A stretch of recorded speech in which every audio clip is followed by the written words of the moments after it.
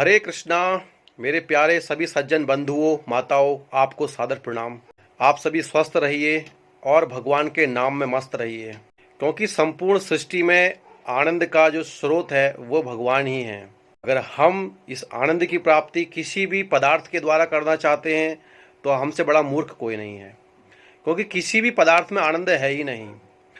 प्रत्येक आनंद का स्रोत भगवान हैं, वे रसमय हैं। रसो वही शाह। समस्त प्रकार के पदार्थों में आनंद का कारण जो हमको प्राप्त होता है, प्रत्येक पदार्थ से हमें जो भी आनंद प्राप्त होता है उसके कारण भी भगवान ही है, क्योंकि भगवान कह रहे हैं कि प्रत्येक कण कण में मेरा ही वास है। मैं थलचर से लेकर नभचर, नभचर से लेकर जलचर, प्रत्येक जीव में वास करने वाला हूँ। यह संपूर्ण सृष्टि मैंने ही रची है, यह संपूर्ण सृष्टि मेरे ही अंदर वास करती है, और इसके बाद भी मैं इस सृष्टि से परे भी रहता हूँ। हम लोग इस संसार में तरह तरह के योजनाएं बनाते हैं, कुछ चीज़ों को निर्माण करते हैं, घर गृहस्थी बसाते हैं, और लास्ट में उसी के मोह में फंसकर मर जाते हैं और 84 लाख योनि में भटकते रहते हैं। किंतु भगवान भी इस सृष्टि को बनाते हैं, रचते हैं, लेकिन कभी भी इससे मोह नहीं करते। ऐसी घटना एक बताते हैं महाभारत काल में, जब भगवान श्री कृष्ण के लगभग 1,60,000 से ऊपर उनके पुत्र थे। तो बताते हैं कि भगवान के इतने सारे पुत्र, प्रत्येक पुत्र को भगवान ने पूरा प्रेम दिया। हम अपने परिजनों को क्या प्रेम देते होंगे जो प्रेम भगवान कृष्ण ने अपने बच्चों को दिया। वे भगवान थे, और कुछ जीवों को, जीवात्माओं को सौभाग्य मिला भगवान के पुत्र बनने का, कुछ जीवों को सौभाग्य मिला भगवान की पत्नियां बनने का, कुछ जीवों को सौभाग्य मिला भगवान का अन्य परिजन बनने का। यहाँ तक कि कुछ ऐसे भी जीव थे जिनको सौभाग्य मिला भगवान के शरीर के श्रृंगार बनने का।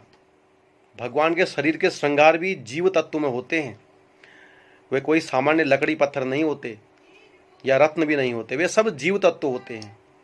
ऐसे कहा गया है कि भगवान की जो मुरली है, मुरली ने ही वृंदावन धाम में श्री हित हरिवंश नाम से लीलाएं की हैं। ऐसे ही जो राधा रानी का तोता है, जो हमेशा राधा रानी के साथ रहते हैं, जो राधा रानी का संदेश भगवान कृष्ण के पास लेकर जाते हैं, उन्होंने ही सर्वप्रथम पूरे भारतवर्ष में श्रीमद् भागवत महापुराण का प्रचार प्रसार किया था। तो भगवान के अंग वस्त्र ऐसे ही जीव तत्व होते हैं, और हम लोग जो भगवान के ही अंश हैं, हम भगवान से बिछुड़ गए हैं, हम भगवान से प्रेम नहीं कर रहे, क्योंकि हमें वर्तमान में भगवान की हम आवश्यकता समझते ही नहीं। हम सोचते हैं कि हम सब कुछ स्वयं पालेंगे, हमें भगवान की आवश्यकता है ही नहीं। तो भाइयों बहनों, यह हमारी बहुत बड़ी भूल होगी। अगर हम ऐसा करेंगे तो हमारी बहुत बड़ी भूल होगी। इस भूल का परिणाम है इतने भयंकर दुख में हम चले जाएंगे, इतने गहन अंधकार में हम चले जाएंगे, जहाँ से निकल पाना लगभग अनंत जन्मों के लिए असंभव हो जाता है। यह तो भगवान की विशेष कृपा है जो मनुष्य का शरीर हमें मिला है, कि हम भगवान को समझ पा रहे हैं, कि हम भगवान की लीलाओं को सुन पा रहे हैं, कि हम भगवान के विषय में जान पा रहे हैं। अन्य किसी भी योनि में यह संभव नहीं है। जमीन से लेकर आसमान तक और जितने भी प्राणी हैं, इनमें किसी के आगे आप भगवान का गुणगान कर लीजिए, कोई नहीं समझ सकता कि भगवान क्या है, उनकी महिमा क्या है, उनका हमसे संबंध क्या है, हम उनकी भक्ति क्यों करें, भक्ति क्यों करनी चाहिए, उनसे कोई मतलब नहीं है। केवल मनुष्य एकमात्र ऐसा प्राणी है जो भक्ति को समझ सकता है, भगवान को समझ सकता है, अपने कल्याण को समझ सकता है, और अपने जो दुर्गति है उसको भी वह समझ सकता है। बस बात है मानने की। तो मैं कह रहा था कि भगवान जो अपने पुत्रों से प्रेम करते हैं, ऐसा प्रेम, जो अपने परिजनों से प्रेम करते हैं, ऐसा प्रेम कोई नहीं कर सकता। भगवान श्री कृष्ण ने अपने पुत्रों को, परिजनों को, माता पिता, बंधु बांधव, सबको इतना प्रेम दिया, इतना प्रेम दिया। इसका वर्णन गर्गाचार्य संगीता में आया है, श्रीमद् भागवत महापुराण में आया है, महाभारत खंड में आया है। बड़ी अलौकिक महिमा है, हृदय गदगद हो जाता है, आंखों से आंसू बह जाते हैं। लेकिन इतना होने के बाद भी भगवान का अपने पुत्रों से युद्ध हुआ, बड़ा भयंकर युद्ध हुआ। तो यही यह संसार है।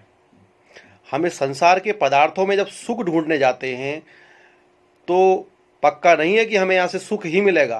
तो जब भगवान के साथ ऐसी घटनाएं घट सकती हैं तो समझिए हम और आप तो जीव हैं। फिर अब संसार के पदार्थों में, जीव जंतुओं में सुख खोज रहे हैं तो हम कितने बड़े मूर्ख हैं।